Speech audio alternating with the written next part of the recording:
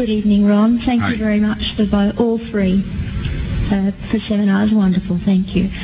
My question is that you said that you had the blood of our Lord examined by the Israelis. That's correct. What was their determination of that? Okay.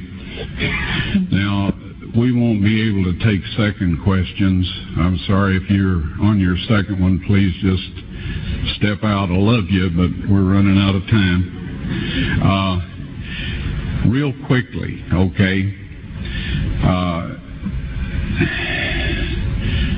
Dried blood is dead blood.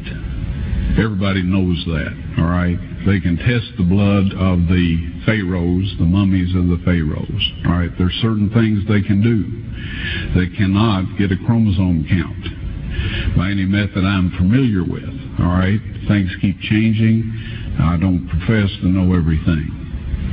However, there's no way I know that you can get a chromosome count out of dead blood. You can get a DNA and some other things, but not a chromosome count, all right? That's done by living white blood cells.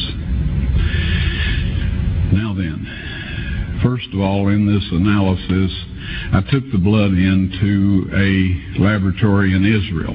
I asked one of the people I work with in antiquities, where is a good laboratory that does reliable work? And they said, such and such, such and such. I took it.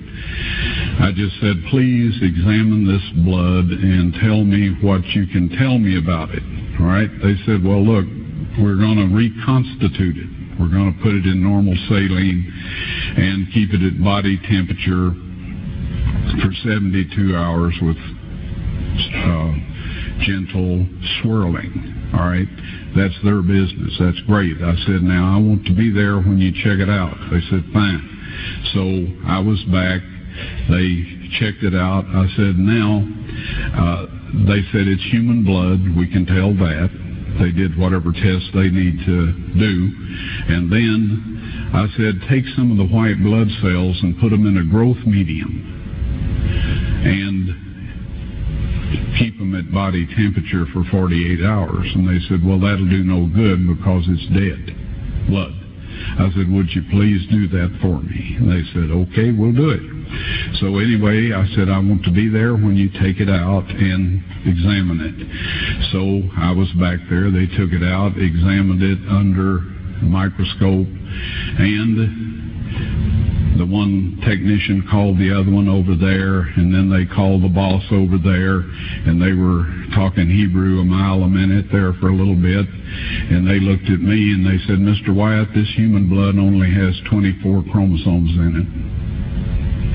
Everybody else has 46. You see, 23 from your mother, 23 from your father, 22 autosomes from your mother, 22 autosomes from your father. You get an X from your mother, you may get an X or a Y from your father, all right? This blood had 23 chromosomes from the mother's side, one Y chromosome only. You see, the child could not have developed if they hadn't had the autosomes from the mother. So all of his physical characteristics were determined by his mother's side of the family, her autosomes. His maleness was determined by this one Y that came from a source, not a human male.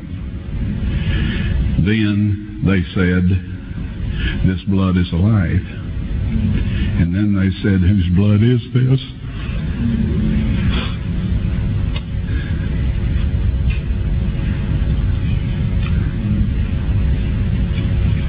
I said, it's the blood of your Messiah.